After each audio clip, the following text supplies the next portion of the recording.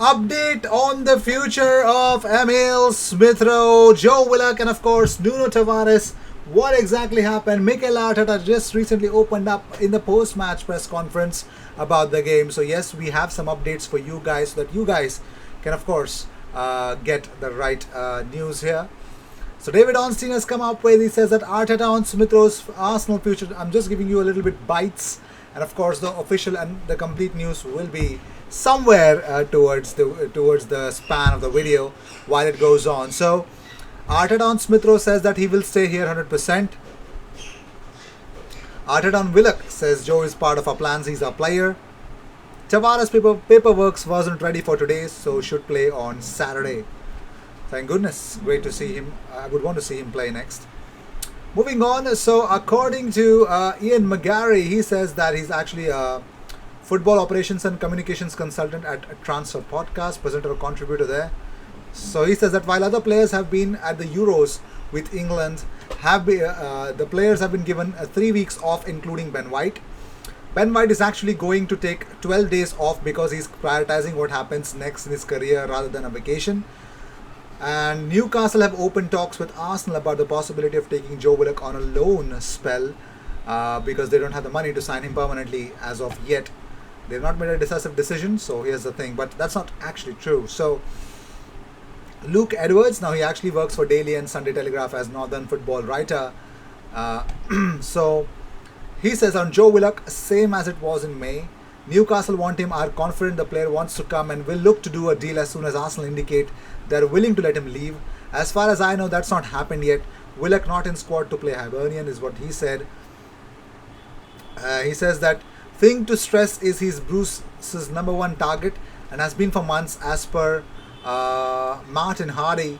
So season's loan with a requirement to buy may make sense, but suspect Arsenal, if they do agree to let go, would prefer money now. Let's see, but there is definitely chance it will happen. Well, that is the update about Joe Willock, but that's not the only thing that Mikel Arteta opened up about the whole story. So Mikel Arteta was asked about Smith Rowe. He says, without a question, yes, he will stay at Arsenal. He will stay here 100%. He was asked about Villa's bids. He said no comments on that. And talking about Joe Willock, Arteta said he was not involved today because he had a little groin issue. He trained yesterday really well, but we didn't want to risk him. Joe is part of our plans. He's our player, and in the time that he's here, we will try to make the most out of him. So as of now, Joe Willock is in the plans of Mikel Arteta, is what you must know. Well, on transfers, Arteta says we've got one for now, and we are really happy with the new signing we have. We will work with the players we have, try to make them better and compete as well as we can. I'm sorry. You cannot compete with what you have. No, Mikel, you cannot. It's a very wrong statement. I'm not a big fan of what I've heard, but okay. So, and talking about why Nuno Tavares wasn't involved today, he said that he didn't have all the paperwork necessary to be involved today. But hopefully that will be all ready to go, and hopefully he can have a debut on Saturday against Rangers. Well, that's what we are wanting to hear as well. Well, the Mail report that the FA will offer Bukayo Saka, Jadon Sancho and Marcus Rashford the option of pursuing criminal action against the online accounts that targeted them with sickening racial abuse following Sunday's Euros final defeat. Well, they say that the FA is fully back any decision to prosecute if the players decide they are willing to go through the process, though historically footballers have shown a reluctance to do so. Well, they have the idea. Well, but will they do it? Well, nobody knows. They're getting the backing, and I think they should do it. Well, the organization has already been in touch with the relevant social media companies in a bid to ascertain whether the accounts in questions are traceable. The FA are also trying to discover whether the abuse originated from accounts that are based in the United Kingdom or overseas. Early indications are that a vast number of accounts linked to the messages came from foreign accounts, a scenario that would add a major layer of difficulty towards bringing criminal charges. Furthermore, a number of accounts have already been deleted, with many wiped in as little as 8 minutes after posting the messages. So it looks like they've really taken a big gamble. But will that pay off? I don't know. You can track them down, but I don't think so if you can do anything. The FA have been at the forefront of England football's fight against racism, led by Paul Elliott, the chair of FA's Inclusion Advisory Board. So let's see if anything good happens. It should happen, and I will inform you if I have any update on that.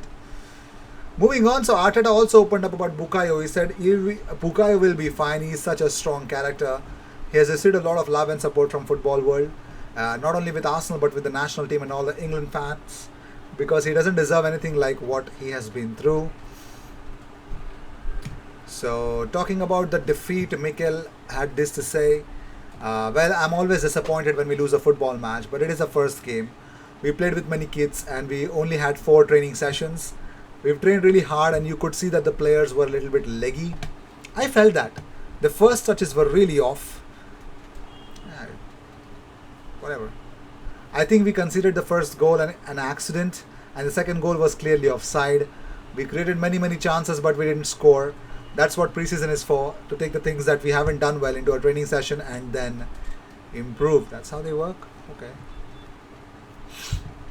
Kind of cool. But I don't know about you guys. I think I felt the need to mention this. Reece Nelson, very promising, but another player that I thought was as direct as an arrow from Sriram's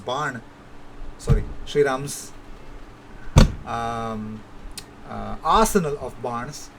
He was Omari Hutchinson. My God, how direct is that guy? I mean, Omari Hutchinson needs to get a go. He needs to get some good amount of games, man. And one more important player. Everyone says, you know what, if Lacazette goes, we need to get a striker. No. It looks like, I think, Saurav or someone, I don't know who mentioned it. Folarin Balogun was the Lacazette that we need. His hold-up play, my God, when he got the ball in his feet, he kept the ball. He fended off two defenders as if he was a dragon slayer, or he was holding off, like, get the hell out of my sight. And he got the ball, he got away with the ball as well. Folarin Balogun, his hold up play, oh my God, I don't know if Lacazette's talent is brushing on him. I don't know. It was something special from him. I love to see that from him, man. Folarin Balogun was superb, was awesome, I would say. So I think there were a lot of positives. I mean, but there was also some not good things that happened. Of course, Pepe went back to default settings when he bought him. It was something like that. So I still don't want to say anything negative because I'm expecting something better when the proper training starts. So let's see. Mikel Arteta also on Smith Rowe's goal says that he knows that it is a part of the game he needs to be better at. We are working on it a lot, and you could see the positions that he took today. He created 2 or 3 big chances. I think, yes, he really did create some really good chances, but they were not so good of chances. I really believe that we need some another passer in that midfield. Probably missed Xhaka, but it showed that there was a lack of passer in that midfield. Someone of a passing enforcer. And Partey was as good as usual, but we need someone beside him who's really good. But I would not say Jack Francis he had 2 interceptions. He was really good.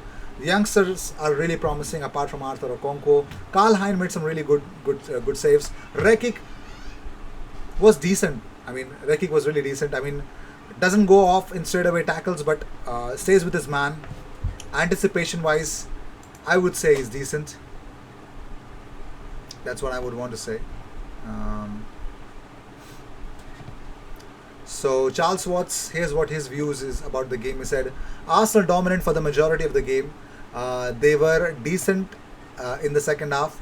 Pepe and Lacazette looked particularly sharp, but missed chances and some defensive errors caused them. Yeah, true, but let's see. I would really want to give my hearty congratulations to Hibernian. They were really a solid team, and on a counter, they're really a very good team. They know how to use the areas in that flanks really good. So I think it's a very good team. Very decent. My respects. Well, here we go. According to Romeo Agresti, he says that I think in the end Locatelli's decision will be very, very decisive. He prefers Juventus. Arsenal are serious about signing him. But if there is no development, it is because the player hopes to join Juventus. That's the only thing that keeps Arsenal eluded from Locatelli. He wants to go to Juventus, but they don't have the money. So let's see what happens, what Juventus decide, and of course, how things change. Well, I will see you in the next one. Until then, cheers, and don't forget to subscribe. I will see you in my upcoming episodes.